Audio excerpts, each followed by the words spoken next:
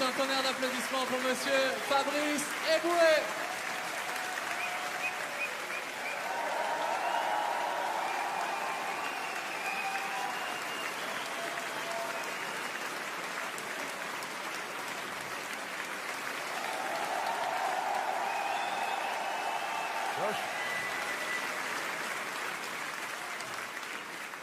Alors pour ceux qui sont jamais venus à un de mes spectacles, je fais à peu près toujours la même chose.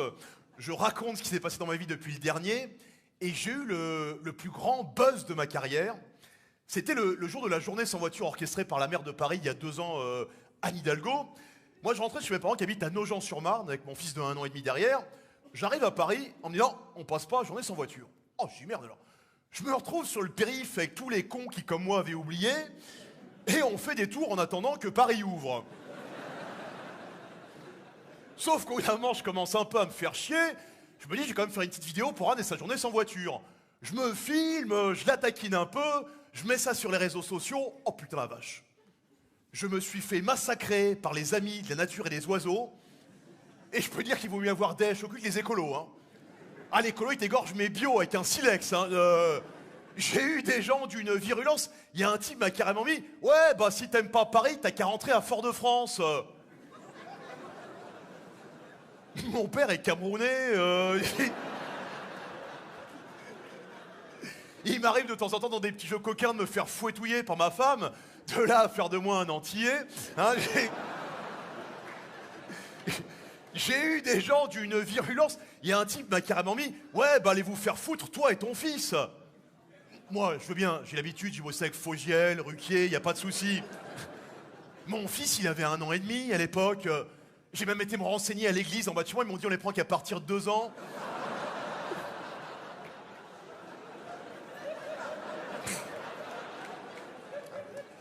Alors j'ai une dame, j'ai failli avoir la compassion, elle m'a dit « Oui, vous respecteriez un peu plus la journée sans voiture si comme moi vous étiez asthmatique. » Là, je vais faire respecter. Là. Le problème, c'est qu'elle a écrit asthmatique A-2-S-M-A-T-I-Q-E, quoi. Quand t'as le sida, tu l'écris pas avec 2D, quoi. Et le pompon, c'est un mec qui me dit « Oui, on nous a beaucoup entendu sur la journée sans voiture, on nous a pas beaucoup entendu sur le conflit en Syrie. »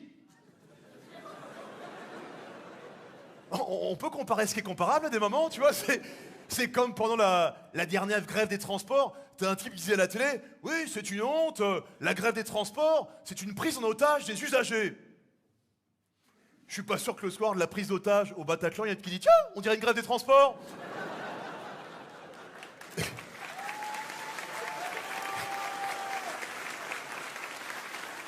Bref, ça fait un pataquès énorme sur les réseaux, et la surprise, Anne Hidalgo me répond. Alors là, elle fait pas une vidéo, c'est pas une comique, à la base en tout cas.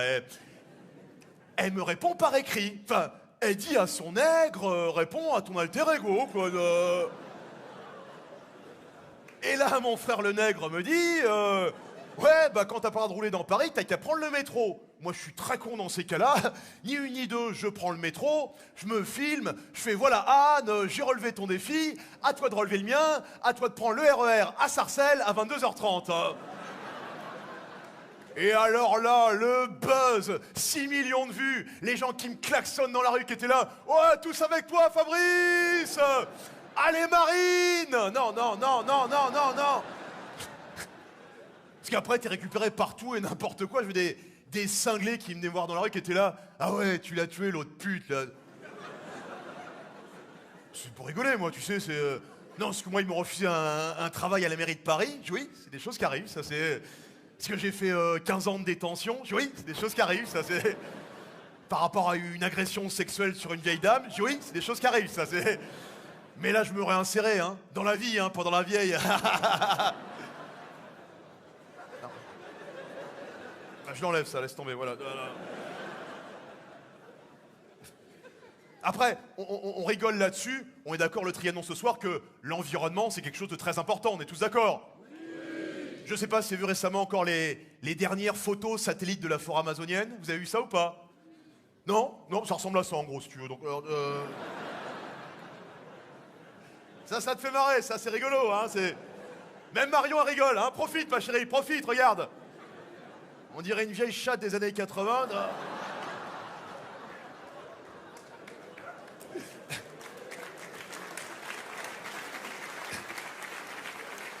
Serge, il avait déjà sorti sa bite, lui. Oh!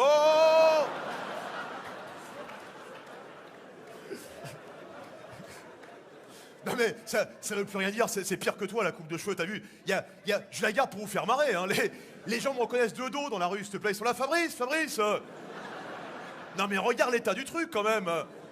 On dirait un tournesol en période de canicule. Regarde, le jour, j'étais en train de pisser en campagne, il y a un mec qui a essayé de me cueillir. Non mais on peut tous faire des choses pour l'environnement. Je sais pas, les sacs en plastique, vous savez que ça tue les océans, les poissons. Alors, c'est compliqué parce que tu prends un sac en plastique, tu tues des poissons. Tu prends un sac en papier, tu tues des arbres. Du coup, je vois de plus en plus de gens, dans le centre de Paris, ils se baladent avec des petits sacs en tissu en bandoulière, comme ça. Moi, quand je vois un homme avec un petit sac en tissu en bandoulière, je dis, qu'est-ce qui t'arrive? Je sauve des poissons. Non, tu suces des bites.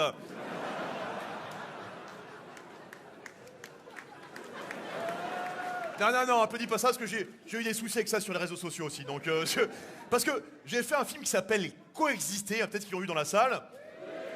Et dedans, il y a un clip de rap parodique qui s'appelle Pink Kalash, allez voir sur YouTube. Et en gros, le refrain du clip, c'est 9-1, 9-2, 9-3, 9-4. Tous mes vrais gars sont à 4 pattes. 9-5-7, 5-7, 7-7, 8. Tous mes gars sûrs, aiment sucer des bites. On l'a écrit à 2. Et là, il y a un mec qui me met sur les réseaux. Ouais, c'est une honte. Tu crois vraiment que la vie d'un homosexuel se résume à se mettre à 4 pattes et à sucer des bites? Non mais après, on parle bien de sexualité. Après, je me doute bien que la vie d'un homme homosexuel, c'est pas juste se mettre à 4 pattes et sucer des bites, c'est aimer aussi, je sais pas, le maquillage, la coiffure, Chantal Goya. Je rigole, Marion, je rigole. C'est juste que j'en ai marre des gens qui rigolent de tout, sauf de ce qui les concerne. Moi, par exemple, il y a quelques années de ça, je faisais une émission télé, je me rappelle plus trop laquelle, je répétais l'après-midi le sketch que je vais faire en direct le soir, et en gros, la chute de mon sketch était... parce que comme on le sait tous, les homosexuels ont tous le sida.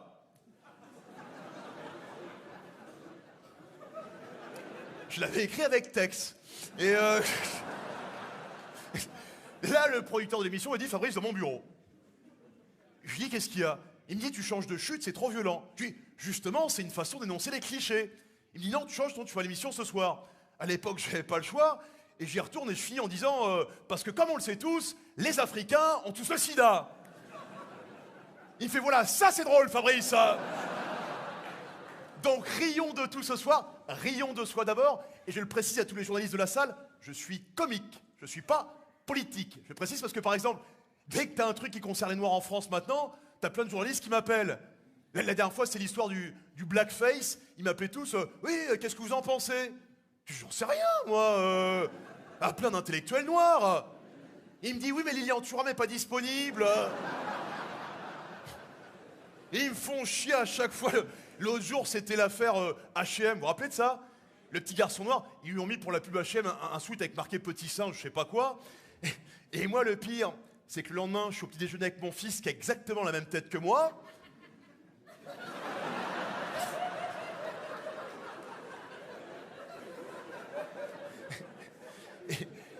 Et là, je m'aperçois, ces céréales, c'est des Choco Pops.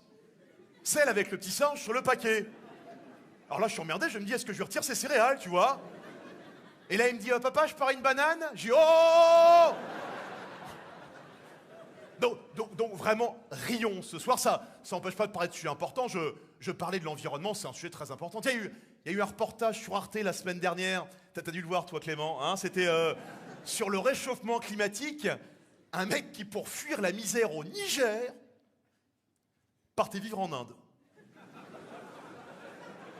Donc là, ça me fait penser à ces retraités en banlieue qui n'en peuvent plus des Arabes. Ils partent s'installer à Marrakech. On peut leur dire c'est les mêmes, tu vois. C'est parce qu'à Marrakech, ils mettent des petits bonnets rouges à pompons et qui t'éclaboussent la gueule en te servant du thé comme ça toute la journée, que ça change quelque chose, tu vois. Pourquoi vous servez le thé comme ça, les Maghrébins, quoi? Vous pissez pas comme ça, quoi. Vous n'êtes pas là. Et donc, ils expliquaient dans le reportage, ils disaient, d'ici 30 ans, dans certains pays, l'eau vaudra plus cher que le pétrole. Ah, ils vont moins faire les malins, les Qataris, là. Hein. On vous revend le PSG. Combien 10 bouteilles d'Evian, là. Je peux pas me les voir. Moi, tout ce qui est Qatari, Saoudien, les pays du Golfe, parce que c'est des gens Ils ont rien branlé pour être riches. Tu vois ce que je veux dire? Federer, pour être riche, toute sa vie, il a fait coup droit, revers. Bill Gates, il a créé, il a inventé. Un Saoudien, c'est un mec, un jour, il creuse dans son jardin, tu vois. Pour enterrer sa femme, par exemple. Parce qu'elle avait conduit.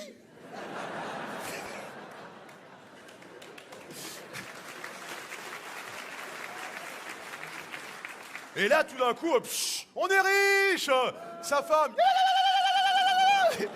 il fait non, toi tu creuses un deuxième trou. C'est quand même des pays qui pratiquent encore la loi du talion. Tu voles une pomme, il coupe la main. Tu violes une meuf, il coupe les cheveux à cette salope, il la lapide.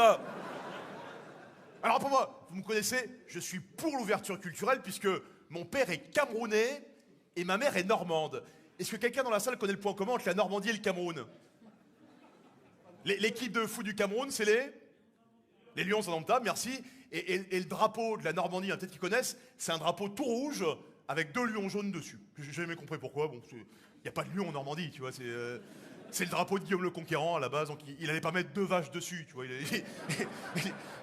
Il allait pas arriver. Ah, je suis Guillaume la crémière. Bon, enfin bon. Donc, mes parents se mettent ensemble dans les années 70 en Normandie. À l'époque, le métissage, c'était balèze. Maintenant, il y a plein de couples mixtes partout. J'en ai vu dans la salle, des couples mixtes. Vous êtes ensemble? Ah non, c'est 2 femmes. Ah, pardon. Bah tiens, ton prénom, c'est Dave? Tu te fous de ma gueule, en plus. Voilà. Toi, tu t'appelles Dave, tu te fous de ma gueule. Alors là, tu m'aurais dit Stéphane, j'aurais pu gover. Mais alors là, Dave, putain. Tu t'appelles comment? Bon, bon, voilà, t'es d'où, Dave? La Martinique, ouais, allez, va jusqu'au bout du n'importe quoi, comme ça on y va. D'ailleurs, c'est marrant parce qu'aujourd'hui, on a tous une copine à nous qui est blanche, mais qui sort qu'avavec des noirs. Hein, Smart, elle est comme ça, elle est négrophile, quoi, elle est... À ne pas confondre avec nécrophile, ça n'a rien à voir, hein. Ah bah attends, elle s'attend à ce que tu lui présentes, je sais pas, Omar Sy, t'arrives avec Charles Aznavour... Pardon Serge, ouais, pardon, alors là, dans 6 mois je la fais avec Johnny. J'attends un peu. J'attends que les histoires d'héritage soient réglées. Eh, petite parenthèse dans le spectacle, vous pensez qui magouille dans l'histoire de l'héritage de Johnny? Lâchez-vous, ouais, Laetitia, ouais. Alors, moi ça ne tient vraiment qu'à moi. Ça n'engage que moi. Je suis persuadé que c'est les 2 petites chinoises. Ah, je les ai jamais senties ces 2-là, tu sais. Toujours toutes les 2 en train de magouiller. Regardez les images de l'enterrement, elles sont là. Ah, les 2 petites chinoises. Déjà, si tu regardes bien, elles ressemblent pas du tout à Johnny.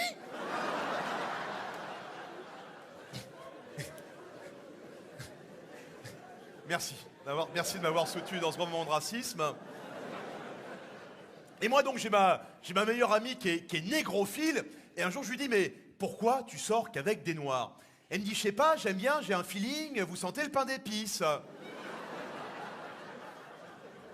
Elle me dit non mais pas toi, t'es que métisse. Ah donc moi je sens rien, même pas le 4/4, rien. Elle me dit je sais pas mais quand je marche à côté d'un noir dans la rue je me sens en sécurité. Je dis mais par rapport à quoi? Les hyènes, les lions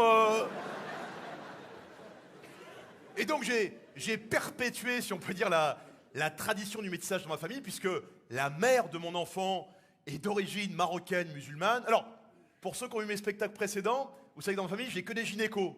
Bon, mon père est gynéco, mon frère, ma sœur. Du coup, quand ma femme a accouché, il y a plein de gens qui m'ont dit « C'est ton père qui a accouché ta femme ?» Non, ça va, merci. C'est mon frère. Et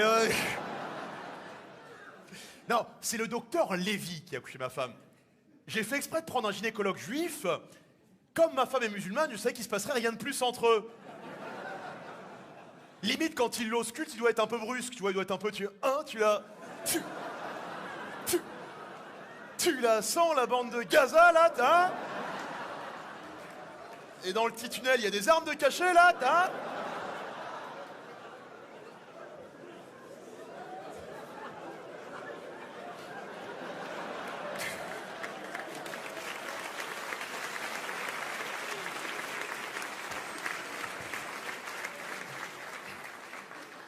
Donc mon fils, né le 15 janvier 2015, pile une semaine après les attentats de Charlie Hebdo, vous rappelez qu'à l'époque, la France est très tendue. Vous ne savez pas, mais nous, les comiques, on s'est tous réunis entre nous. Je me rappelle, c'est Franck Dubosc qui s'est levé en premier, qui a dit ils ne baïonneront pas la liberté d'expression, je continuerai à ouvrir ma gueule, je ferai Camping 3. Et là, t'as Bigard, galvanisé, qui se lève, qui dit moi, un djihadiste, je suis en Chopin, je le prends par les couilles, je lui mets le poing dans le cul, mais bien profond. Et là, t'as Gad Elmaleh qui se lève, qui dit moi, un djihadiste, je suis en Chopin, je le prends par les couilles, je lui mets le poing dans le cul, mais bien profond.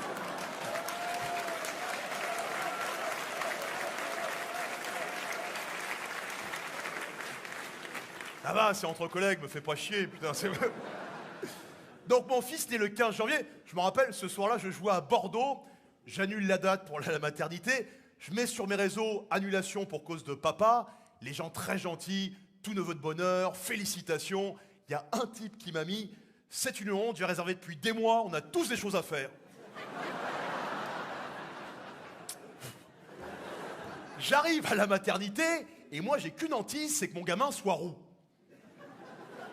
J'ai rien contre les roux, c'est juste, je sais pas si t'as remarqué chez Daesh, les roux c'est toujours les plus agressifs. Tu sais, ceux avec les grandes barbes rousses là. Tu sens que eux, quand ils se font exploser, ils crient pas la Wakbar. Ils crient ça c'est pour poil de carotte. C'est autre chose, c'est autre revendication, c'est autre chose. Donc mon fils est dans cette année 2015 très compliquée, puisque quelques mois plus tard, c'est les attentats du Bataclan. Hein. Moi j'ai perdu un ami là-bas, donc un des djihadistes qui était avec moi à l'école, qui...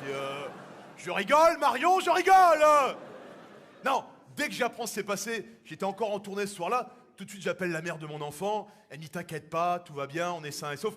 Moi je veux un peu détendre l'atmosphère, je la taquine un peu, je dis non, moi j'appelle juste pour savoir si vous faites partie des terroristes. Elle me dit oh t'es con avec tes amalgames. Je lui dis amalgame, le terroriste qui s'est fait sauter tout seul aux abords du Stade de France, si ça c'est pas du travail d'arabe.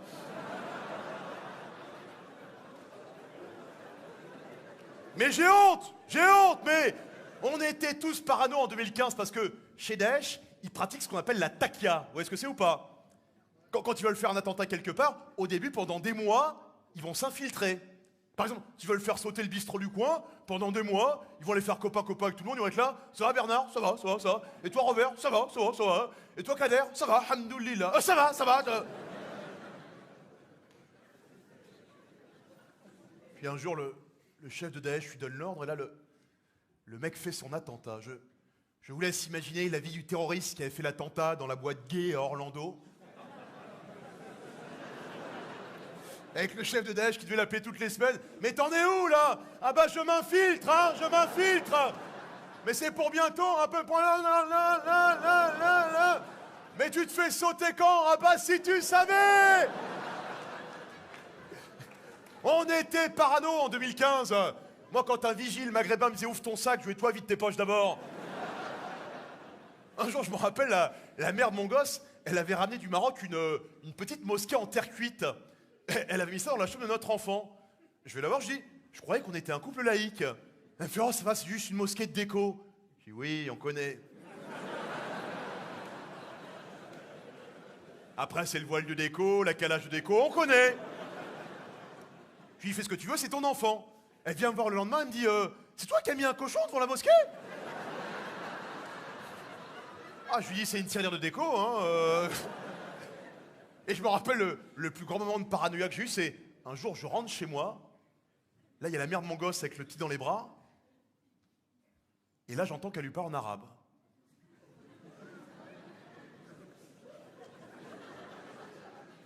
Je lui dis, qu'est-ce que tu lui dis, là? Elle me dit, je lui apprends quelques mots en arabe. Je dis, ah ouais, comme ça. Vous parlez de moi, c'est ça? Elle me dit, non, je lui apprends quelques mots en arabe. Et là, je lui ai dit, ça suffit. Et je dis, ça suffit à tous mes amis maghrébins de la salle. Les maghrébins, vous ne parlez pas l'arabe. Les maghrébins, vous parlez une sorte de dialecte arabe. Moi, j'étais en Égypte avec ma femme, elle a dit, oh, c'est bien, on va pouvoir communiquer. Elle a rien compris. Ils ont rien compris. Et je me suis mieux débrouillé avec mes 3 mots d'allemand. Les maghrébins, vous ne parlez pas l'arabe. Vous parlez une sorte d'arabe créole. Vous parlez le petit bougnoul. Voilà la réalité. Et comme vous n'avez pas de langue, vous inventez des mots et vous rajoutez des mots en français derrière pour vous comprendre. Vous êtes là, allez chez Franprix.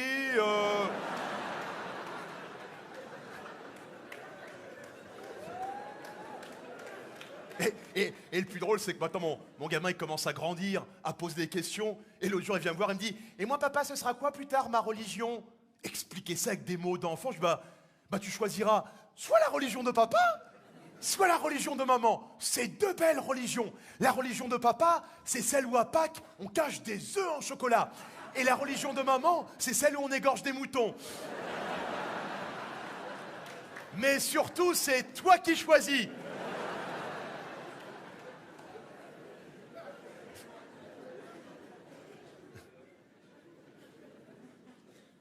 Et encore, les plus grands soucis que j'ai eu dans mon couple, moi, c'est à cause de l'alcool. Ah, j'aime boire. Je suis un vrai Normand là-dessus. Alors là, du rhum. Un jour, la mère de mon gosse m'a dit, pourquoi tu t'es mis avec une musulmane si t'aimes tant boire? Il faut bien quelqu'un pour ramener la voiture quand on va en soirée. Non mais je suis pas alcoolique, mais c'est chiant d'être avec la personne que t'aimes au restaurant, par exemple, et pas pouvoir partager une bouteille de vin. Tu sais, quand le serveur arrivait et disait, et vous boirez quelque chose avec ça? Je suis là, bah non.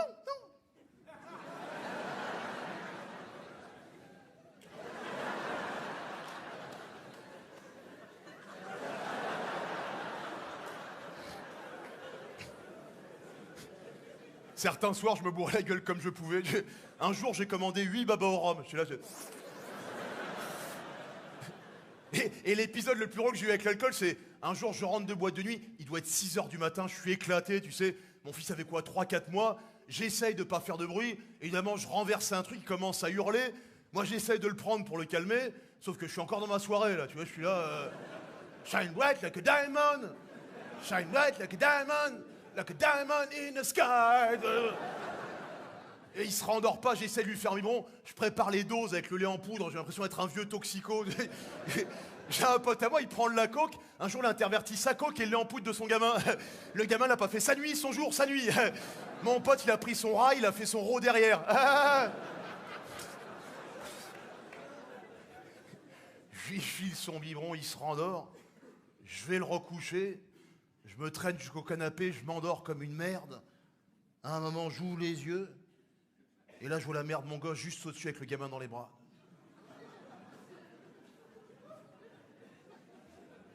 T'es rentré à quelle heure? Oh, minuit. Minuit 7 peut-être. Hein, Et là, il y a mon gamin qui fait rentrer 6 h du matin.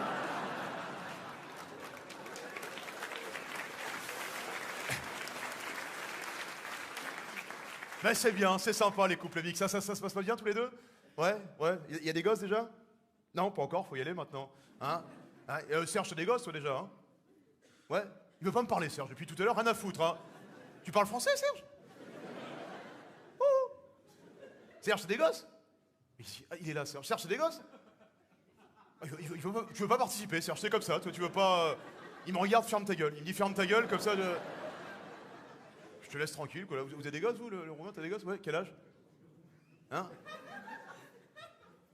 Mais pourquoi le Romain? Bah parce qu'avec ton bonnet et ta coupe de cheveux, tu veux que je t'appelle comment? Merde, on dirait que t'es... J'ai envie de t'installer un eurodateur ici, qu'est-ce que tu veux que je te dise? Ils ont quel âge, tes gosses? 4 et 6? Vrai âge ou faux âge? Non, riez pas, je demande toujours si c'est vrai âge ou faux âge, parce que moi, mon gamin, il a 5 ans, mais quand je suis dans les parcs avec d'autres parents, quand ils me disent « Il a quel âge, votre fils ?» Je dis « Il a 2 ans. » Du coup, il regarde comme ça, il parle vachement bien pour son âge. Je dis « Non, c'est peut-être le tien qui a un souci. C'est à crever de rire, fais-le, tu vas voir, après ils repartent. Alors on y va les enfants, ça suffit maintenant. » Ah non, c'est très drôle. Qui est-ce qui le garde ce soir, les enfants? Qui est-ce qui les... Mamie, oui, c'est moins cher, hein, mamie. Hein. Ouais, voilà. Combien de fois j'ai fait à ma mère, maman, tu peux garder Naël cet après-midi? Oh, tu reviens pas le chercher dans 3 jours comme la dernière fois, hein. J'ai dit, maman, c'est la chair de ta chair. Oui, mais on doit aller au théâtre demain soir avec ton père, laisse tomber. Je le donne à son autre grand-mère. Ah non, pas la sorcière marocaine. La concurrence entre les grand-mères, ça marche à tous les coups, mais c'est tellement compliqué de trouver des bonnes nourrices de nos jours. Je veux pas verser dans les clichés ce soir, mais on a une nourrice camerounaise à un moment. Un jour, il devait être quoi, 14 h? Elle me dit, bon, j'y vais, monsieur Eboué. Doris, vous finissez à 18 h. Ah, tu as commencé à faire les horaires comme les Blancs? Je lui dis, c'est pas une histoire de couleur, c'est une histoire de contrat.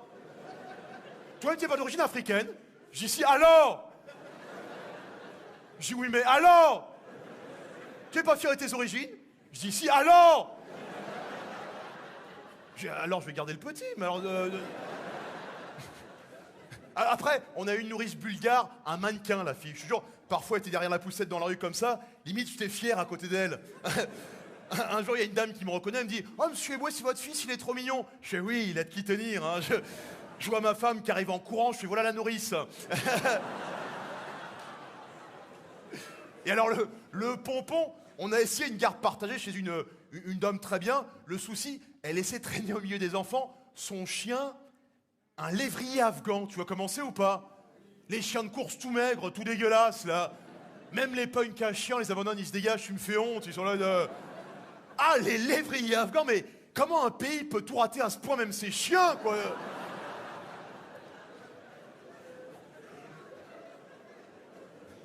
Mais on est tellement en panique avec tout, avec nos enfants. Moi, le pire, c'est quand je prends l'avion sans mon fils. Avant, j'avais pas du tout peur de prendre l'avion. Maintenant, quand je suis au décollage sans lui, je suis en panique. Et en plus, l'autre jour, qui vient s'asseoir juste à côté de moi, s'il te plaît? Zinedine Zidane. Alors là, je me dis, non seulement si l'avion se crache, je vois plus jamais mon gosse, mais en plus, on parlera même pas de moi aux informations. Et le pire, c'est que moi, je l'ai inscrit à l'école cette année. C'est devenu un tel bordel, l'éducation nationale en France. Je sais pas si vous en sortez ou... Toutes les réformes à la con, là. Moi, j'ai mon petit-neveu, par exemple, il a 8 ans, ils ont même plus de notes à l'école, ils ont des couleurs. L'autre jour, avec son devoir de maths, je lui ai dit, combien? J'ai jaune. Je lui ai dit, bah c'est bien. Bah, elle me dit, la moyenne de classe, c'est violet, hein. Toutes leurs réformes bidons, là. T'as vu les féministes qui ont dit, ouais, c'est une honte que le masculin l'emporte sur le féminin. Et depuis, t'as plein de communautés qui commencent à avoir des revendications grammaticales. Moi, j'ai un pote à moi, il est nain, il veut faire interdire les majuscules.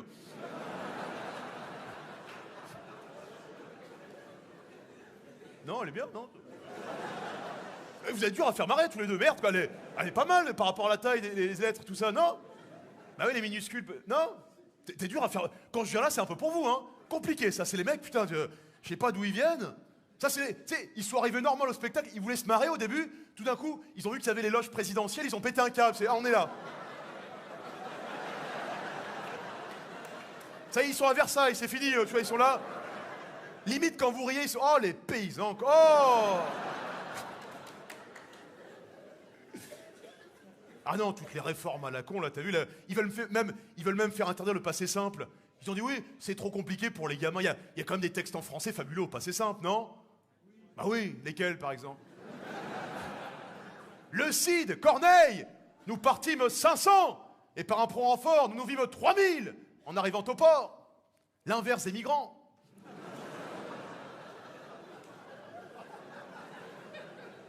Qu'est-ce que j'étais nul, moi, au passé simple. Nous mangeâmes, nous regardâmes. Quand j'étais petit, je croyais que Jean-Claude Van Damme, c'était un vers du premier groupe, moi. Et alors, regardez bien les textes de réforme, ils veulent remettre l'éducation sexuelle au collège avec, c'est pas des blagues, en 6e, 5e, des cours de masturbation. Découvrir son corps, quoi. Bon, voilà, des cours de masturbation, quoi. Du coup, moi, j'ai mis mon gamin en école catholique. Voilà, il n'y aura pas de... Il n'y aura pas de cours de masturbation. Il se fera enculer directement.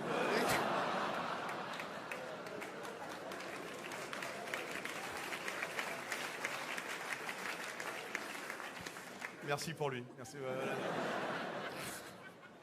Ah non, c'est compliqué, hein, là, je te jure. Hein, tout. Alors, le pire maintenant, c'est... Vous avez vu dans le 93, je crois que c'était en ZEP. Hein, alors, on dit plus ZEP.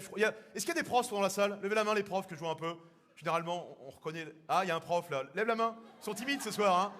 Généralement, à la gueule qu'il a, tu sais quelle est la matière qu'il enseigne. Fais voir, lève ta main. Il n'y a pas un prof, c'est quoi? C'est une salle d'illettrés, là. Puis il n'y a pas... Prof de quoi vous êtes, madame? De tout?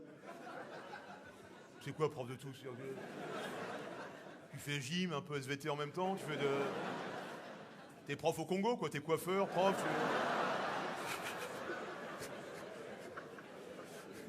Prof de tout, qu'est-ce que c'est que ces conneries? Ah bah on comprend pourquoi le pays va mal, hein, putain, alors là... Je suis prof de tout. Un peu couture, un peu maths, rien à foutre. Et alors on dit plus ZEP, on dit REP, je crois, c'est ça? Voilà, vous avez vu dans le 93 en REP, le gamin qui a braqué une prof avec un flingue pour être mis présent, vous avez vu ça? Mets-moi présent, mets-moi présent. Cette volonté d'apprendre.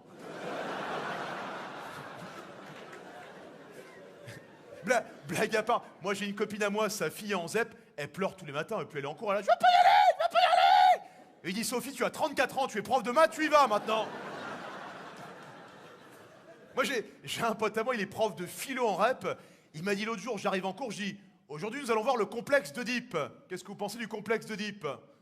Va niquer ta mère. Exactement. Et du coup, il y a plein de gens, maintenant, ils mettent les gamins en école communautaire. Hein, les cathos en école catholique, les juifs en école talmudique, les roms en école du cirque. Hein.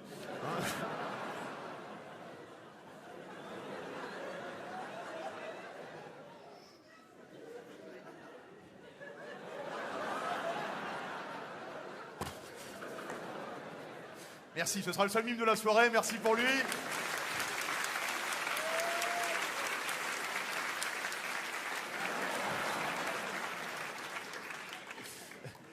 Et il y a un grand débat en ce moment à l'école, c'est les menus de cantine.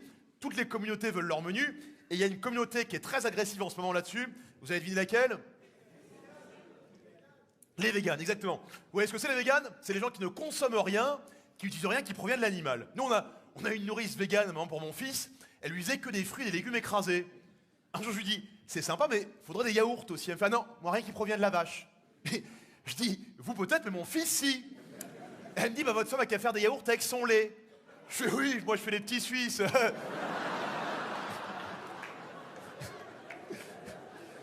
Le concept des véganes, c'est tous les êtres vivants se valent. En gros, un végane, il est au bord d'une rivière, il y a un castor et un petit garçon en train de se noyer, il hésite, il est là, ah!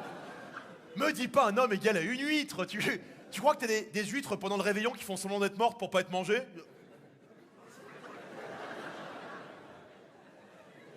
Surtout quand ils te mettent le citron dans la gueule, tu ne te rétractes pas. Hein, eh ben tu souffles. Je sais pas si je vais y arriver. Arrête de chialer, on dirait une moule, bordel. Alors après, évidemment que t'as de la maltraitance sur certains animaux. On a encore vu récemment les élevages de lapins en batterie. C'est une honte. Mais une fois de plus, comparons ce qui est comparable, t'as un vegan qui disait à la télé, oui, les élevages de lapins en batterie, c'est pire que les camps de concentration. Moi, mon fils, je vais jamais offert un juif en plus. Hein, Non, j'aime bien cela. Donc, il y a eu une corrida l'été dernier. T'as une végane qui a sauté dans l'arène avec une pancarte « Halte à la boucherie !» Le taureau l'a chargé. Donc... Et un des grands combats des véganes, c'est le foie gras. Tiens, qui a mangé du foie gras pendant les fêtes? Dénoncez-vous. C'est bon cette merde. Hein.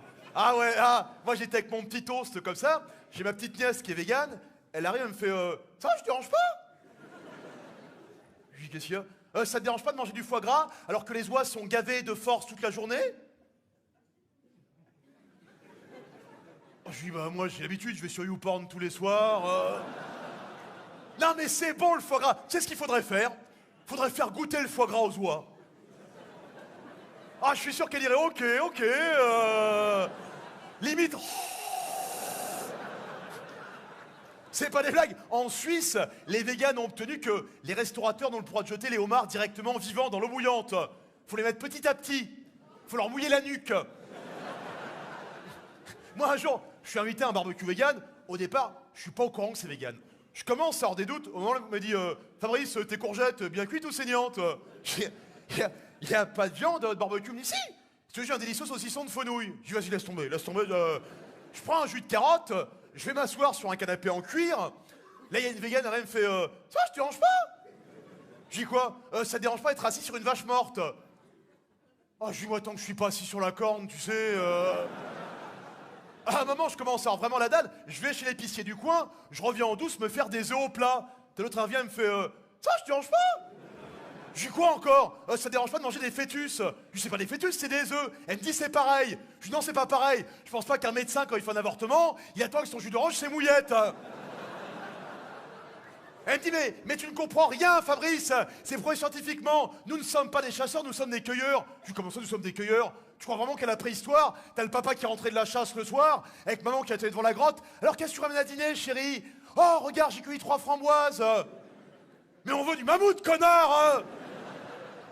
Mais j'ai des violettes aussi. Mais dégage, espèce de fiotte avec ton sac en tissu en bandoulière.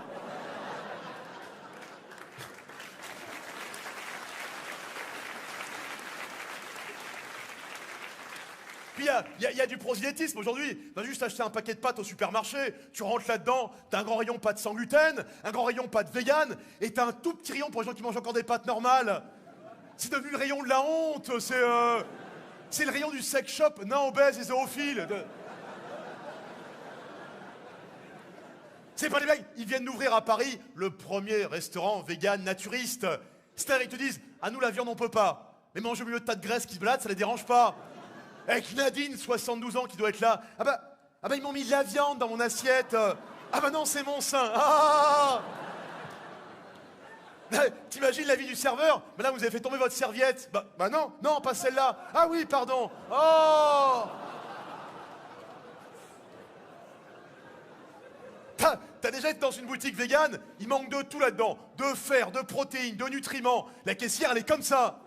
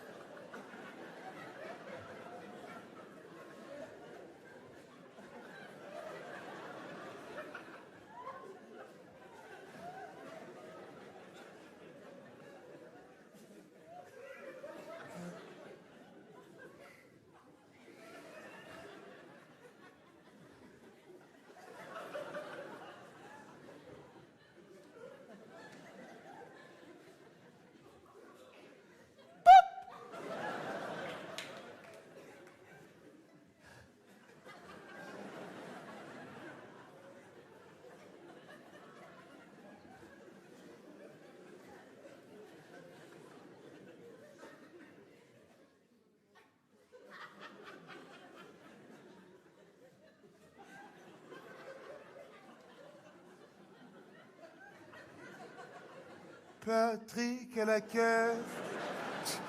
Toi, au bout d'un moment, t'en peux plus, tu voles. T'as rien à craindre, le vigile est vegan également.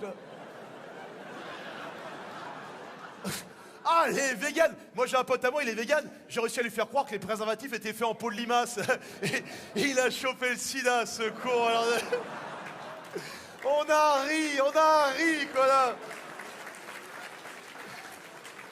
Un jour, j'ai failli le frapper. Je voulais exposer un moustique contre le mur, il s'est interposé, ce con. Tiens, un vegan, il y a un moustique dans sa chambre, il passe la nuit comme ça. Serre-toi, mon frère, serre-toi. Moi, j'ai un moustique dans ma chambre jusqu'à 6h du matin, c'est lui ou moi. Je suis planqué sous les draps.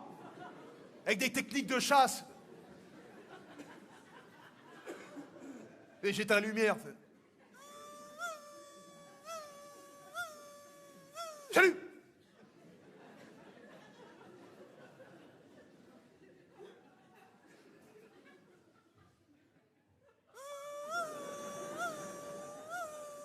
Salut! Sauf que là, tu l'as repéré, il est juste là, t'attrapes n'importe quoi, un livre, une chaussure, là, tu sais que c'est maintenant ou jamais, là. Il est 5h52 du matin, là, tu vas voir si on n'est pas des chasseurs. Il est posé juste là, sur la cuisse de ta femme. Et la meilleure façon maintenant de tuer les moustiques facilement, c'est les prises anti-moustiques. Tu branches ça, et le moustique, il pète un plomb, mais petit à petit, il est là. Il s'écrase, mais comme une merde. On dirait un vol à la Lufthansa. Puis à un moment, il est par terre, comme ça.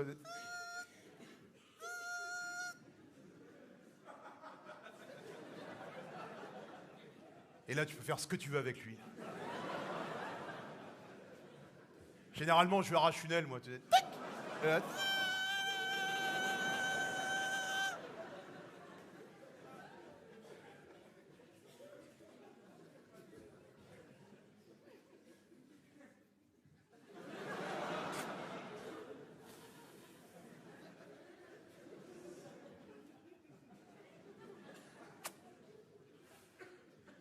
Ils sont planqués où, tes potes?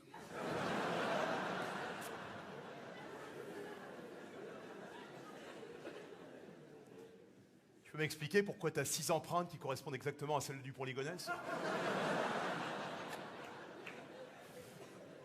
Là, je lui arrache la deuxième aile comme ça, tic, il est là comme un con. Et l'autre jour, j'ai eu une idée fantastique. J'ai trouvé une aiguille creuse chez moi. Je l'ai plantée, je fais... Ah, je mens. Jamais de ma vie, j'ai fait du mal à un animal. Une seule fois, j'ai pas fait exprès. Je revenais de Melun-Sénart. Il y en a qui connaissent ou pas? Et les gens du 77 dans la salle. Bref, je revenais de Melun-Sénart. Et pour rentrer sur Paris quand l'autoroute est fermée, il faut traverser toute la forêt de Melun-Sénart. Et la forêt de Melun-Sénart, pour ceux qui connaissent, c'est très monotone. Hein. C'est des sangliers, des transsexuels. Des sangliers, des transsexuels. Donc au début, tu vois, c'est plutôt rigolo. Tu es là, ouais, coucou tout le monde, on se marre bien, super. Rapidement, ça devient très chiant, tu vois. Un sanglier qui bouffe un gland, un transsexuel qui... Bon, je continue à avancer. Sauf qu'à un moment, je commence à piquer du nez, je mets le son à fond pour pas dormir, shine bright like a diamond, sauf que je m'endors pour de bon, et là, boum! Oh là, j'y fais chier, putain. J'ai dû me choper un sanglier ou un transsexuel, putain. Je descends, je vais voir. Dieu merci, c'est un vegan qui broutait sur le bas-côté. Allez, je vous dis la vraie vérité, le Trianon, la seule fois de ma vie où j'ai fait du mal animal, j'étais sur l'île de la Réunion. J'ai eu la chance d'aller souvent à la Réunion parce que mon frère est gynécologue là-bas. Enfin, comme il m'a dit lui-même, vu l'âge des filles que j'accouche à la Réunion, je suis plus dans la pédiatrie. Oh! Excusez-moi, c'est une réalité sociale. Évidemment, 14 ans enceinte en région parisienne, on dit cassos. 14 ans enceinte à la Réunion, on dit il était temps, ta petite sœur en a déjà 3. Donc j'arrive chez mon frère et je lui dis tiens, je vais emmener tes enfants, mon neveu et ma nièce, 7 et 8 ans, tout mignons, faire une petite balade en bateau. Il me dit ok. On trouve un bateau de pêcheurs qui accepte de nous emmener au large. Mon neveu, ma nièce, 7, 8 ans, ils montent tout contents. Moi, ils me mettent sur un gros siège avec une grosse canne à pêche. Ils me disent juste vous avez l'habitude des animaux? Je dis ah oui, je suis camerounais. Ils me disent ok, on part, 30, 40 minutes, il se passe rien. Tout d'un coup, la canne à pêche se met à tirer à fond, branle-bas de combat sur le pont, les pêcheurs sont là, mouline, mouline, tire. Moi je panique, je mouline, je tire. Pendant 1 heure, là t'as un poisson énorme qui sort, il crie c'est un marlin, c'est un marlin. C'est une sorte d'espadon magnifique qui se débat pour sa survie. Les pêcheurs le remontent sur le pont, ils sortent des masses et des crochets, ils explosent la gueule du marlin. Mon neveu et ma nièce, 7 et 8 ans, tétanisés. Moi, 38 ans, tétanisé. Le pêcheur qui me dit, je crois que t'étais camerounais. Je dis, je suis normand, je suis normand. À la limite, j'aurais préféré pêcher un requin. Vous savez que c'est le grand problème sur l'île de la Réunion, parce que les écolos ont dit aux Réunionnais, dis donc, ce serait bien de vivre en harmonie avec les requins. Les Réunionnais, c'est des gens très sympas, ils ont dit, bon, ok. Le problème, c'est que les requins n'ont jamais signé l'accord. Et les requins à la Réunion, ça rigole pas, c'est des requins bulldogs, hein. Ça aurait été des requins lévriers afghans, t'aurais dit, bon, dégage. Mais là, c'est des requins radicalisés. Ils sont descendus par la mer du Nord depuis Molenbeek. Hein, ils en ont rien à branler. Il y a une gamine qui a été bouffée dans 20 cm d'eau. Tout juste si le requin n'est pas arrivé avec un bob, une chemise hawaïenne. Quand tu arrives sur une plage à La Réunion, ils te filent des tracts. Que faire en cas d'attaque de requin? Tu sais ce que c'est le premier conseil? Ne paniquez pas.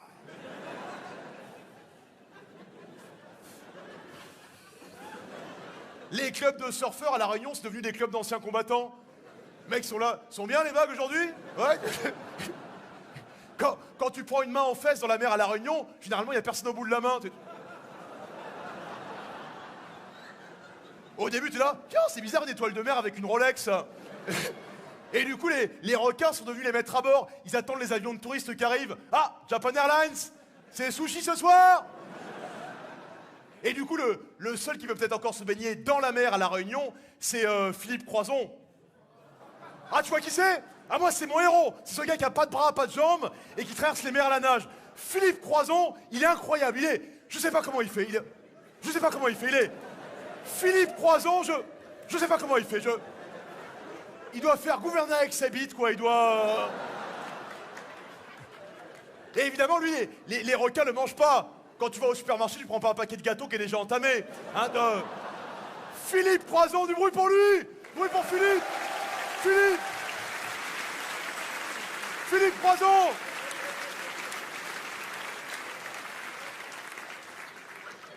Je sais même pas comment il est devenu comme ça.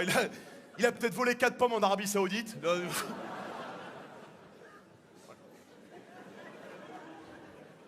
Voilà.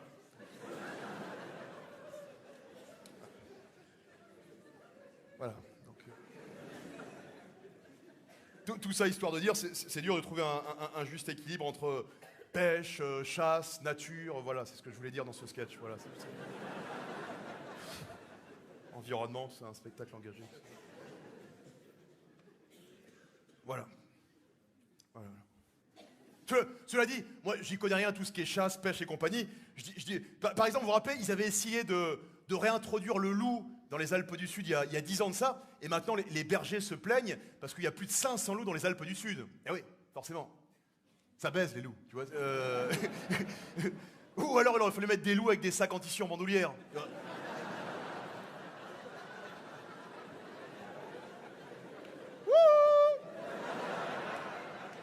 Je suis le loup.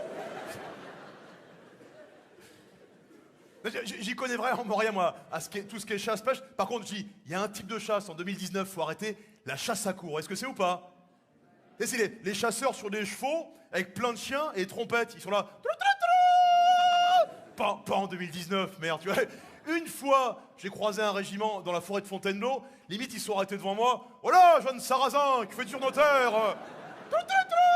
Ah, il paraît que les animaux qui chassent, ils meurent même pas d'épuisement. Hein. Ah, ils meurent de rire en les voyant, ils sont là. Et il paraît que maintenant, t'as des véganes, pour lutter contre la chasse à courre, ils mettent des croquettes pour chiens sur les parcours. Du coup, les chiens sont déboussolés, ils sont là.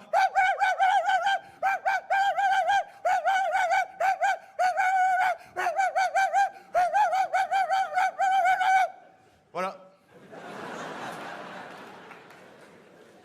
Non, faudrait faire pareil en Thaïlande, avec des saucisses cocktails sur les parcours des pédophiles.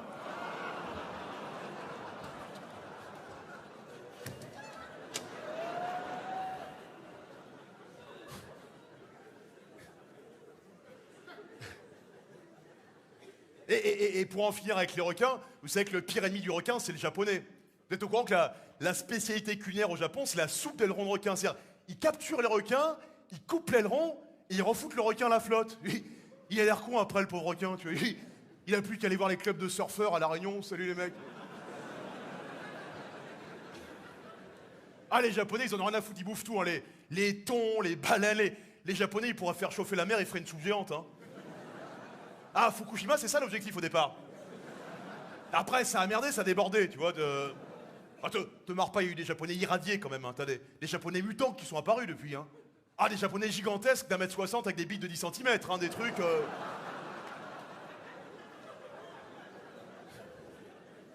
Mais même la corne de rhinocéros, c'est les Japonais, ils la font venir d'Afrique, après ils la pilent, et il paraît que ça fait une poudre aphrodisiaque.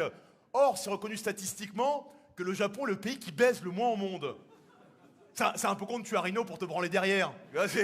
Et maintenant, du coup, dans les réserves animalières, ils sont obligés de couper les cornes au préalable pour pas que ce soit les braconniers qui le fassent, tu vois. C'est comme si tu dépucelles ta fille toi-même. Bon.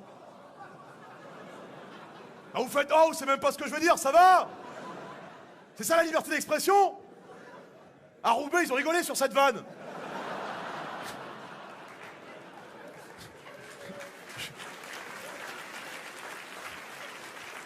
Je m'en fous, je termine. Pour toi, Serge, pour mai 68, on y va.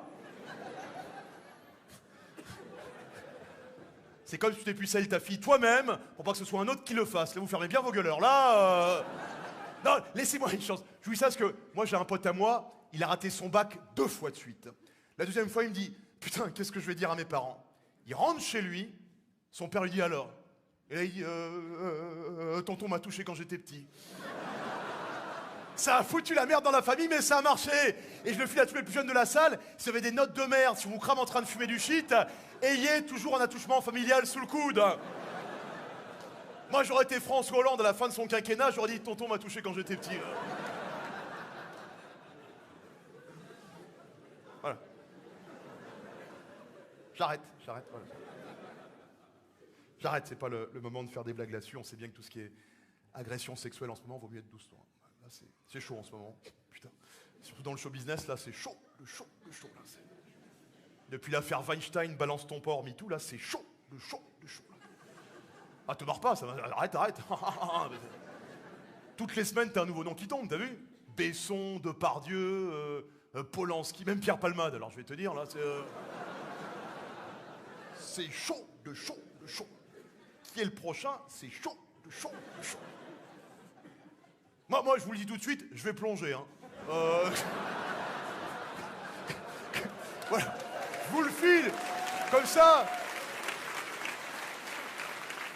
C'est filmé en plus, c'est super, voilà. Vous pouvez le mettre sur les réseaux sociaux dès ce soir, j'en ai rien à foutre. Hein. Mettez pas balance ton porc par rapport à ma femme, mais sinon... balance ton castor, ce que tu veux, j'en ai rien à foutre. Ah non, il y a des noms qui sont sortis, j'y crois même pas, moi. Nicolas Hulot. Quand j'ai entendu quelqu'un porte plainte pour agression sexuelle contre Nicolas Hulot, je me dis, mais qui un phoque, un ours Ah non, il y a des noms. Patrick Bruel, alors j'y crois pas mon Patrick. Mesdames, pas Patrick, non, non. Il paraît qu'il a besoin de se faire masser avant chaque concert. Et là, ouais, mais j'ai mal au dos, alors...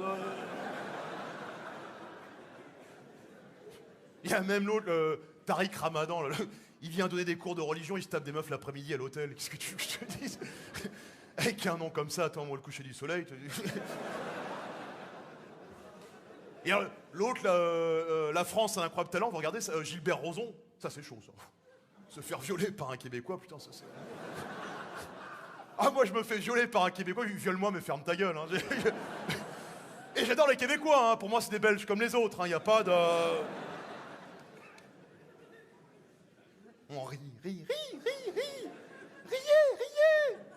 Évidemment qu'il faut arrêter les porcs, évidemment qu'il faut arrêter les abus, mais les nouvelles lois qui sont en train de passer contre le harcèlement sexuel, on va morfler, messieurs.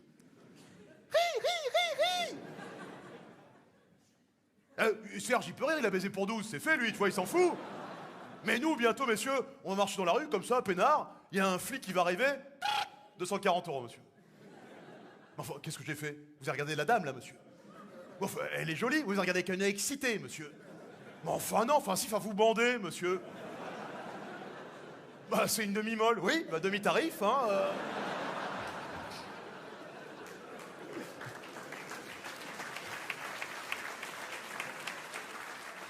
Et moi, je dis, plus que la répression, je crois en la prévention, parce que le problème, c'est que la nouvelle génération, ceux qui ont grandi avec le porno sur Internet, ils sont complètement détraqués du cerveau.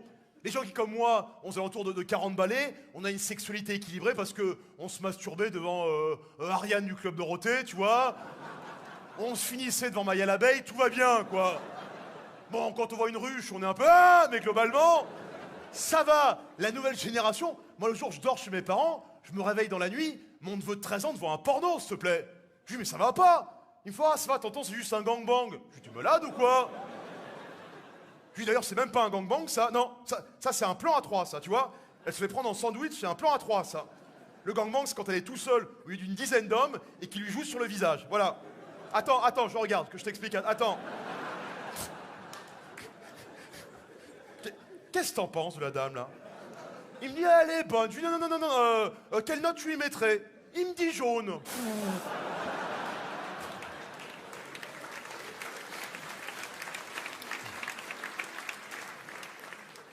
Et moi, je dis, contre ce drame des agressions sexuelles, il y a deux possibilités. C'est soit la prévention, soit le sucre. Et là, les gens se disent, Ebo, il a complètement pété un câble. Mais les gens qui, comme moi, lisent Science et Vie Junior, savent qu'il y a eu un article très intéressant qui montrait que quand on a un orgasme, on libère exactement les mêmes endorphines de plaisir que quand on mange du sucre. Par exemple, si t'as fait l'amour hier soir à ta femme et que juste après, elle a filé dans la cuisine pour boire un litre de coca, c'est que t'as pas fait le job. C'est que... Hein, quand on dit le couple tombe dans la routine, qu'est-ce qui se passe? On fait plus l'amour, on se retrouve sur le canapé devant la télé et on bouffe des glaces. On est là, oh ouais, oh ouais, oh t'es froide, salope. Oh ouais, oh oui, Häagen-Dazs, oh, allez un plan à 3, Ben & Jerry's, allez, oh. Et d'ailleurs, comme il y a une super ambiance ce soir pour la captation, mesdames, je vous file un truc. Si ce soir, mesdames, vous voulez connaître l'orgasme absolu, parce que moi, j'ai toujours dit, l'objectif de mes spectacles, c'est que les couples puissent rentrer détendus chez eux et fassent l'amour en pensant à moi. Donc si ce soir, mesdames, vous voulez connaître l'orgasme absolu, et là, regardez bien comment elles sont concentrées tout d'un coup. Si vous voulez connaître l'orgasme absolu, mesdames, dès que vous rentrez à la maison, vous dites à monsieur d'aller derrière, et en même temps, vous mangez une glace. Alors là, ça va être une libération d'endorphine, ça marche que dans un seul sens, hein. Qu'on n'en trouve pas une aux urgences avec un Mr Freeze dans le cul.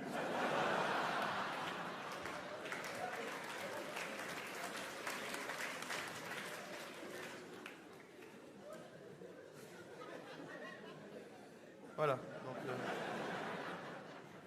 j'espère que vous ne retiendrez pas que ça du spectacle. Voilà. Je vous dis ça parce qu'il y a quelques semaines, on a joué à Orléans. Il y a un monsieur, il m'attend à la sortie, il me fait « Ah, merci, j'ai beaucoup ri. » Je dis « Oui, ça vous a plu ?»« Ah ouais, le Mr Freeze dans le cul, quoi. » J'ai dit « Il y a autre chose ?»« Ah non, moi, c'est le Mr Freeze dans le cul. Moi. » Parce que j'ai fait 15 ans de détention. Merci, merci.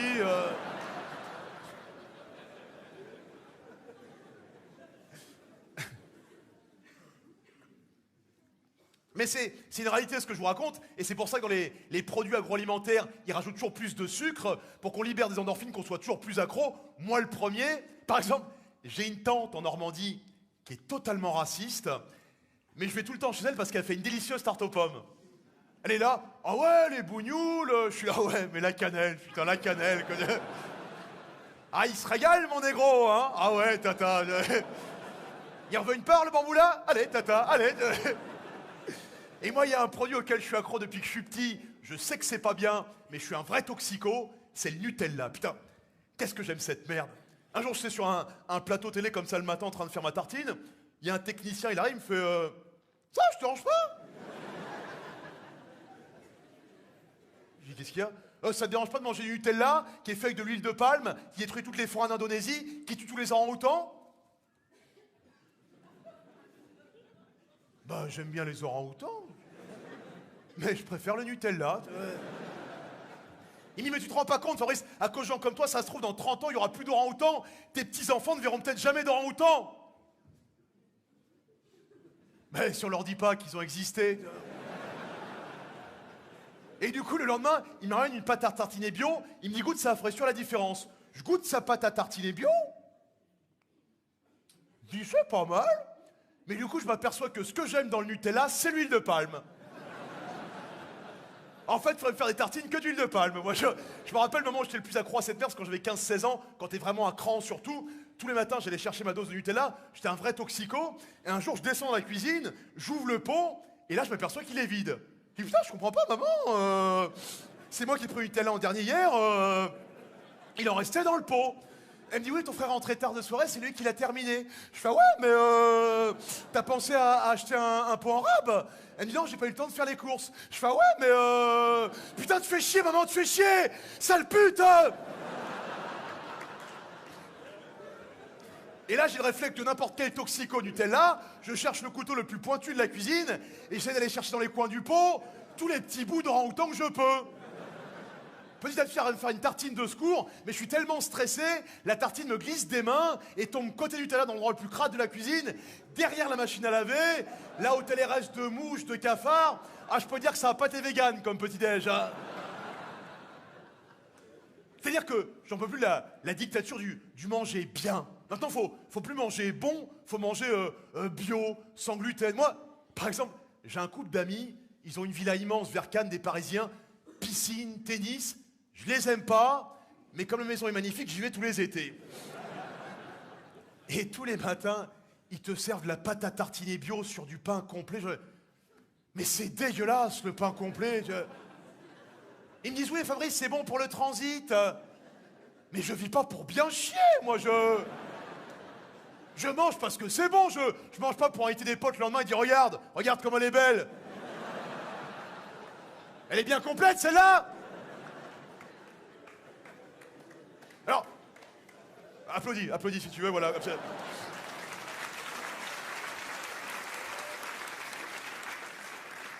J'avoue qu'à 40 ans, je commence un peu à faire attention à ce que je mange, parce que 40 ans, c'est un âge, on a encore beaucoup de travail, des enfants en bas âge, les premiers petits pépins physiques, c'est mal au dos, c'est un mélange entre dos et genou, mal au dos, tu vois, mal au dos, mal au genou. Et moi, j'ai eu mon premier pépin physique, je vous en parlais après. 40 ans, c'est l'âge charnière. C'est l'âge où tu peux vriller soit vieux cool à la Serge, tranquille, tu vois, détendu, tu vois, soit vieux con. Et moi, je sens que je vrille vieux con par moment, mais c'est à cause d'une voix qui me parle dans la calvitie, tu vois, qui est là. Le jour, j'étais chez moi vers 23h, il y a des jeunes, ils faisaient du bruit en bas de mon immeuble. Il y a quelques années, j'aurais ouvert la fenêtre, j'aurais dit, les gars, faites un peu moins de bruit, il y a mon gamin qui dort. Là, je sais pas ce qui m'a pris. J'ai observé, mais à travers les rideaux. Et c'est la voix qui me dit de faire ça, tu vois. Alors j'ai des potes à moi, ils me disent, pourquoi tu te rases pas la tête? Je dis, je préfère ressembler à Tsonga qu'à Guy Georges, tu vois. Non, un petit peu quand même, non, voilà. Et je vous dis, 40 ans, c'est l'âge des premiers pépins physiques. Et moi, j'ai eu mon premier gros pépin physique il y a 2 ans de ça. Suite à un rapport sexuel, je commence à avoir une douleur au sexe. Quand on a une douleur au sexe, on va chez le... Merci, voilà, urologue. Il y a eu un sexologue là-bas, c'est faux, effectivement. Il y a eu tout, il y a eu podologue, c'est toi podologue, hein, c'est de la déconne. Voilà, moi tu déconnes bien, merci de participer au spectacle à ta façon. Voilà. Donc effectivement, bon pour l'urologue. J'arrive chez l'urologue, la moyenne d'âge chez l'urologue c'est 70-80 balais. On se fend pas la gueule chez l'urologue. Hein. On se pisse dessus, mais pour d'autres raisons. Cela dit, si tu confonds podologue et urologue, j'aimerais pas être à la place de ta femme. Hein. Je te le dis tout de suite. Si elle a des champignons, c'est pas la piscine. Hein.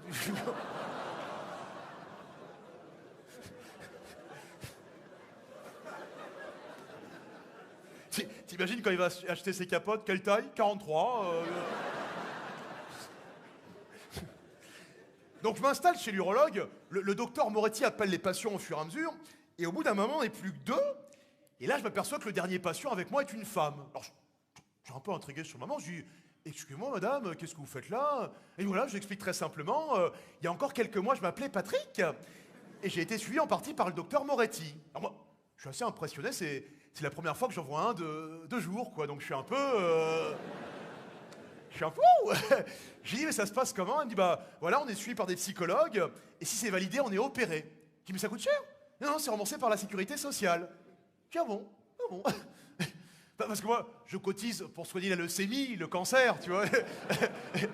Enfin, pour enlever la bite à Patrick.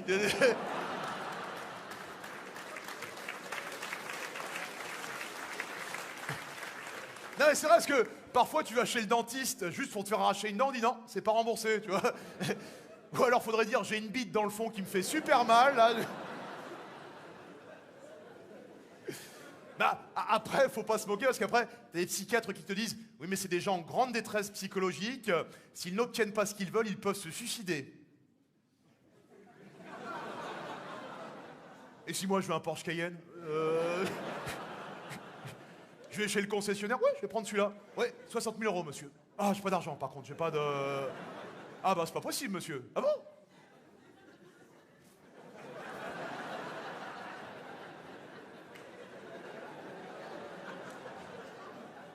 Intérieur cuir? Ouais, intérieur cuir, intérieur cuir. Mais cela dit, grand respect aux transsexuels, parce que je trouve qu'il faut beaucoup de courage pour aller au bout du geste. Et grand respect aussi aux chirurgiens, parce que je trouve aussi qu'il faut beaucoup de courage pour aller au bout du geste. Attends, t'imagines? T'imagines, t'es là. Eh ben c'est maintenant, c'est parti, c'est wouh. C'est sûr, c'est sans regret. Eh ben on y va, c'est maintenant, c'est... Allez, un... C'est le grand-maman, 1,5... C'est sûr, après vous pouvez plus nager, monsieur Croison, hein. Ah ben...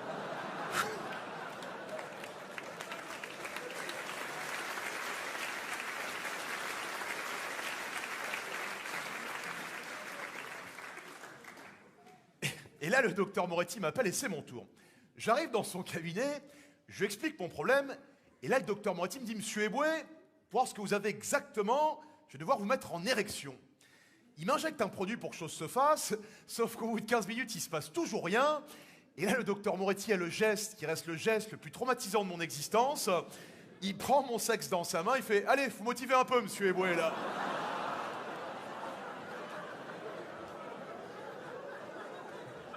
Moi, je sais pas comment réagir sur le moment, tu vois, je chante dans ma tête pour rester calme. Je suis là, 9-1, 9-2, 9-3, 9-4.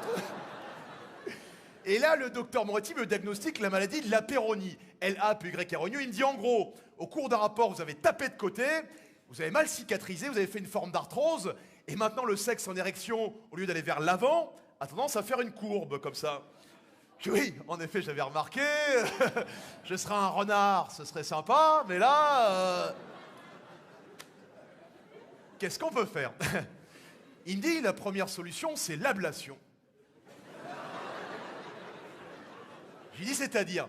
Il me dit on remplace la partie malade par une sorte de greffon. Je dis ah oui, vous prenez par exemple un bout de graisse dans la fesse et vous remplacez. Il dit non, là en l'occurrence il faut que ce soit élastique, donc généralement on prend un bout d'intestin de porc. Ah, j'ai dit, moi je suis pas végane, mais j'en connais une qui va pas être contente. Il me dit la deuxième solution, c'est la prothèse pénienne. Lui, c'est-à-dire, il me dit on remplace l'intérieur par une sorte de mousse. Vous avez exactement les mêmes rapports que tout le monde. La seule différence, c'est que pour être en érection, il vous faut une petite pompe. Je lui dis mais moi je veux faire l'amour, pas le Tour de France. Et je jure, c'est pas des blagues. Pendant plus de 6 mois, pour voir l'évolution de la maladie, je devais envoyer les clichés de mon sexe en érection au chirurgien. Limite, au bout d'un moment, je me suis laissé prendre au jeu. J'étais comme ça, tu sais, j'étais... Voilà, j'ai été au bout de l'intimité ce soir. Peut-être que dans l'assiette des messieurs qui ont été touchés par la même maladie, ne venez pas m'en parler à la sortie. Je veux pas savoir. Hein, j'ai pas monté une association, un sourire pour une bite tordue.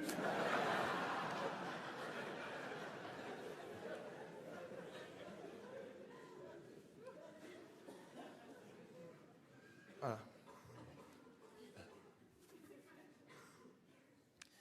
Ça va, Versailles? Vous êtes d'où pour de vrai? Vous êtes, Paris? Paris quoi? Paris premier, voilà. Bon, voilà.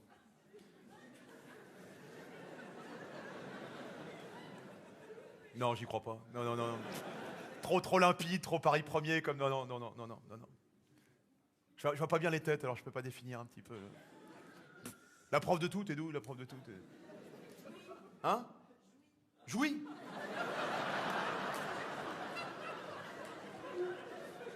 T'es prof d'orgasme aussi en même temps?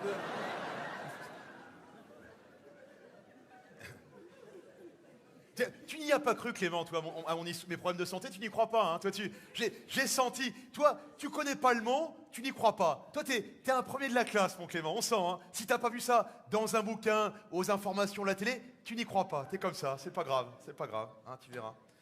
C'est dommage, voilà. Non, et je te dis un truc, parce que je t'aime beaucoup, dans la vie, il n'y a pas que les bouquins pour apprendre. Il y a d'autres façons de se cultiver, il y a d'autres façons de savoir, il y a d'autres façons de connaître, il y a d'autres façons d'entreprendre, il y a d'autres façons de s'ouvrir. C'est tout.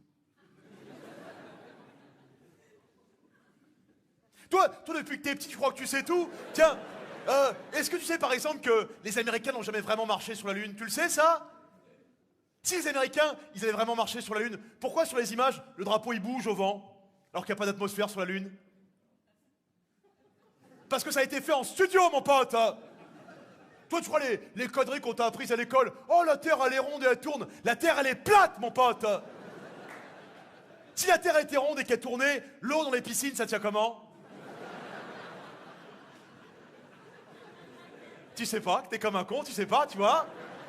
Toi, tu crois les conneries des écologistes? Oh, le réchauffement climatique, ça crée la montée des eaux. C'est des conneries, ça. C'est parce qu'on bouffe de plus en plus de sucre, on est de plus en plus lourd, et c'est les continents qui s'enfoncent. Et moi, je sais tout ça parce que tous les soirs, je vais sur YouTube, mon pote. J'apprends autrement, je me cultive malin, moi. Toi, depuis que t'es petit, t'es là. Oh, je sais, tu sais rien, mon gars. Tu sais ce que c'est, ça? C'est un nazi à qui manque 4 doigts, ça.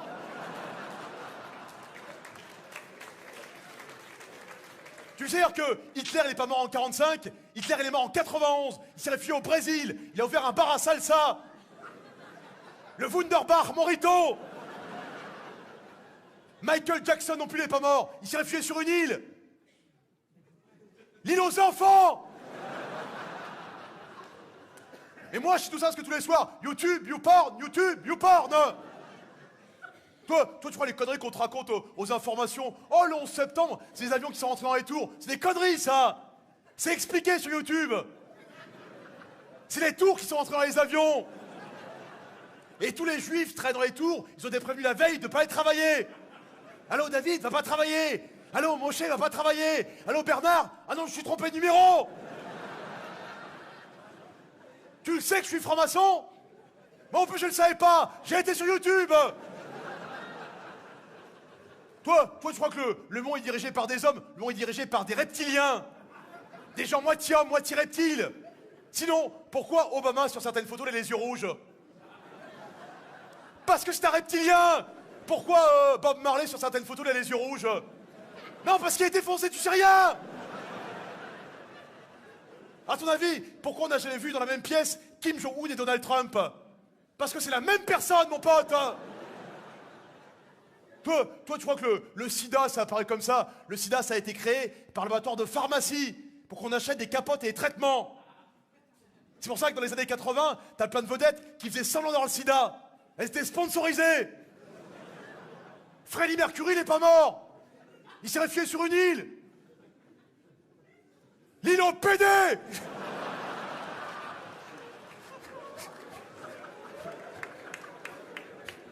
Toi, tu crois que Macron a été élu comme ça? Macron a été élu, c'est un Illuminati. C'est pour ça qu'il a fait son discours devant la pyramide du Louvre, qui est le symbole des Illuminati. Et sa femme, elle l'est aussi. Brigitte, elle n'a pas 68 ans. Elle a 132 ans. Mais moi, je suis tout ça parce que tous les soirs, YouTube, YouPorn, YouTube, YouPorn. Une tête bien pleine, sur les couilles bien vides.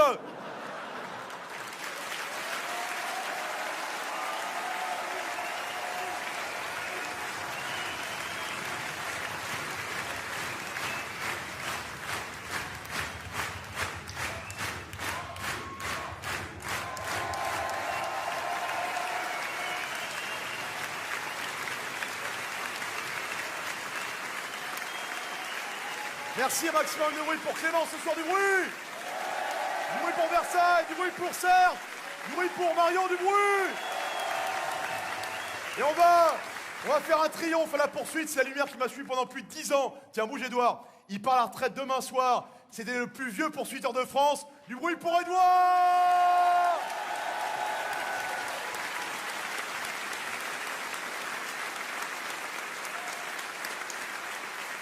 Oh, oh, oh. Oh, oh, oh. Il a démarré en 42, deuxième Mirador à Auschwitz.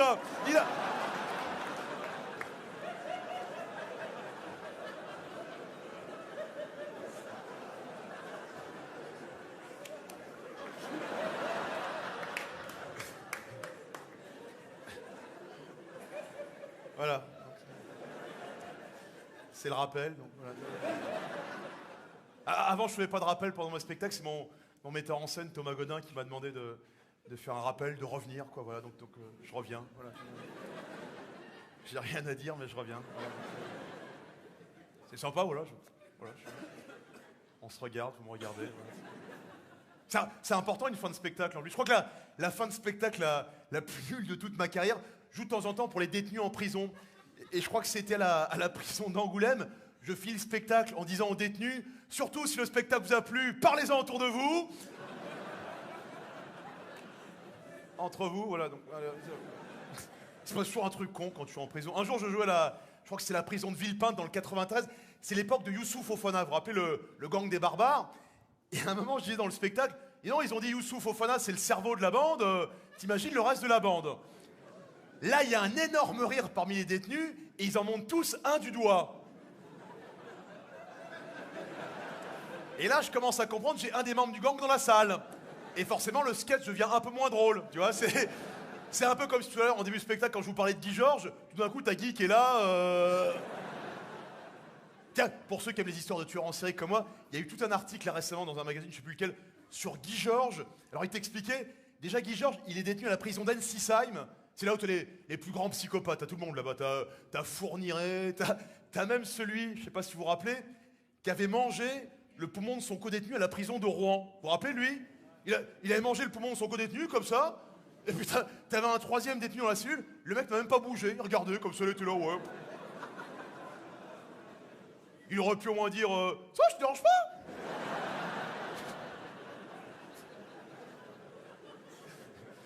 Et donc, ils expliquaient dans le reportage que Guy Georges, pour passer le temps en prison, il est devenu batteur du groupe de musique de la Centrale. Je sais pas si t'imagines, Guy à la batterie derrière, comme ça. Avec le chanteur qui doit être là, avec Francis Holm au violoncelle. Et le petit nouveau à la basse, Norda Lelandais. Sur un texte de Jonathan Daval, là. Ah, lui, je crois que c'est le pire, Jonathan Daval. C'est-à-dire que le mec, il tue sa femme, et pour faire croire qu'elle a été courir, il la rhabille en jogging, quand même. Limite, je lui ai pas bougé les bras et les jambes pour qu'elle transpire un peu. Et alors, il a menti lamentablement pendant des mois, vous avez vu? Et il a craqué en confrontation avec sa belle-mère, parce qu'elle lui a montré la photo du petit chat. C'est-à-dire que le mec, il tue sa femme, il brûle le corps, il ment pendant des mois, on lui montre un petit chat, il fait « Oui, c'est moi, putain !» Chacun sa tarte aux pommes. Donc j'espère évidemment que ça va être plus facile de se dire au revoir ici au Trianon qu'en prison. D'abord, j'espère que vous pourrez mettre en application tout ce qu'on s'est raconté pendant le spectacle. Voilà, n'hésitez pas les couples à m'envoyer des petites photos, des petites vidéos. Voilà. Non, je vous dis ça parce que moi, j'ai écrit ce spectacle, j'étais encore en couple, je suis séparé depuis quelques mois, là, c'est les aléas de la vie. C'est marrant parce que séparé à 42 ans, au moment c'est toujours compliqué avec un gosse, mais en même temps tu dis, allez c'est reparti, on y retourne. Alors après les spectacles, généralement, j'appelle des potes, je dis, on fait quoi les mecs? On a une vie de famille, nous, tu sais, Fabrice. L'autre jour, je savais tellement plus qui appeler, j'ai appelé la nourrice de mon fils. Puis vous faites quoi là? C'est un horaire pour appeler les gens.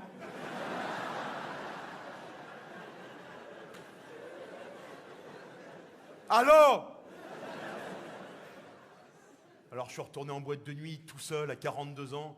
Je me suis retrouvé au milieu de la piste de danse avec les jeunes. Et moi j'étais là, mal au genou, au dos, avec le stromboscope qui tape sur la calvitie. On aurait dit un vieux tonton entier à un mariage.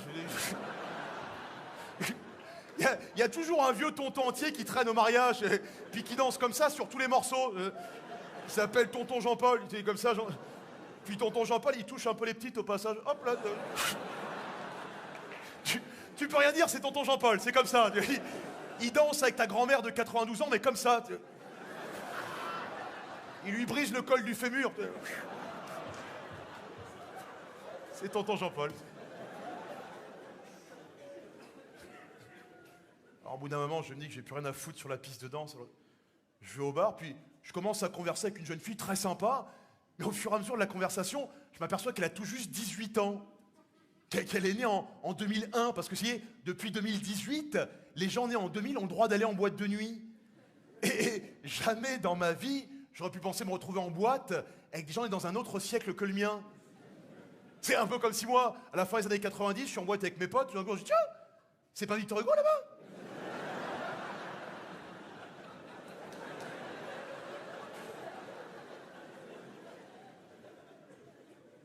Alors là, je me dis que j'ai vraiment plus rien à foutre en boîte de nuit. Alors, je commence à sortir, puis là, je suis alpagué par une jeune fille magnifique, 25, 26 ans, et elle me ramène chez elle. Pas parce que je suis intéressant, pas parce que je suis... Enfin, vous savez très bien pourquoi, bref. Elle me ramène chez elle, et rapidement, on se retrouve nus, l'un en face de l'autre. Elle avec son corps de 26 ans, magnifique, parfait, tout neuf. Moi avec mon corps de 42 ans, fatigué, tombant. C'est tellement humiliant. Je comprends pourquoi Emmanuel Macron est aussi sûr de lui. Et là, on commence à faire l'amour. Enfin, moi j'essaye de lui faire l'amour. À 20 ans, t'es éjaculateur précoce. À 40, c'est les crampes qui sont précoces. Alors là, t'es là.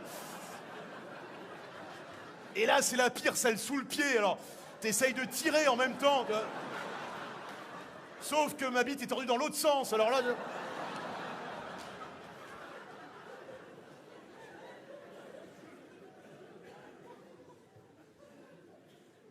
J'ai jamais revu cette jeune fille. Voilà.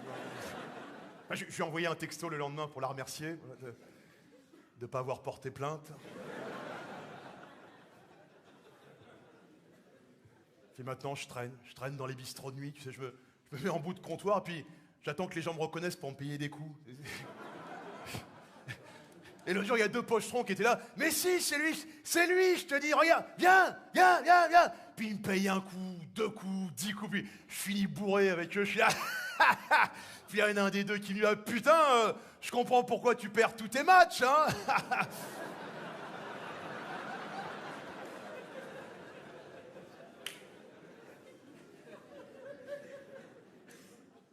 Alors je me traîne, j'arrive en bas de mon immeuble, puis là je pense à mon fils qui dort un peu plus haut.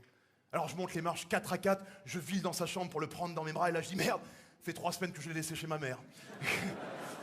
Alors je monte dans un taxi, j'arrive à Nogent-sur-Marne, j'arrive devant la maison dans laquelle j'ai grandi, je monte dans la chambre dans laquelle j'ai grandi, où mon fils dort parfois maintenant, et je peux me blottir contre lui. Je peux me mettre à rêver. À rêver le public de ce soir, à rêver le public de demain. Mais pour ça, surtout, si ce spectacle vous a plu, parlez-en autour de vous. Et si ça vous a pas plu, mon tonton m'a touché quand j'étais petit.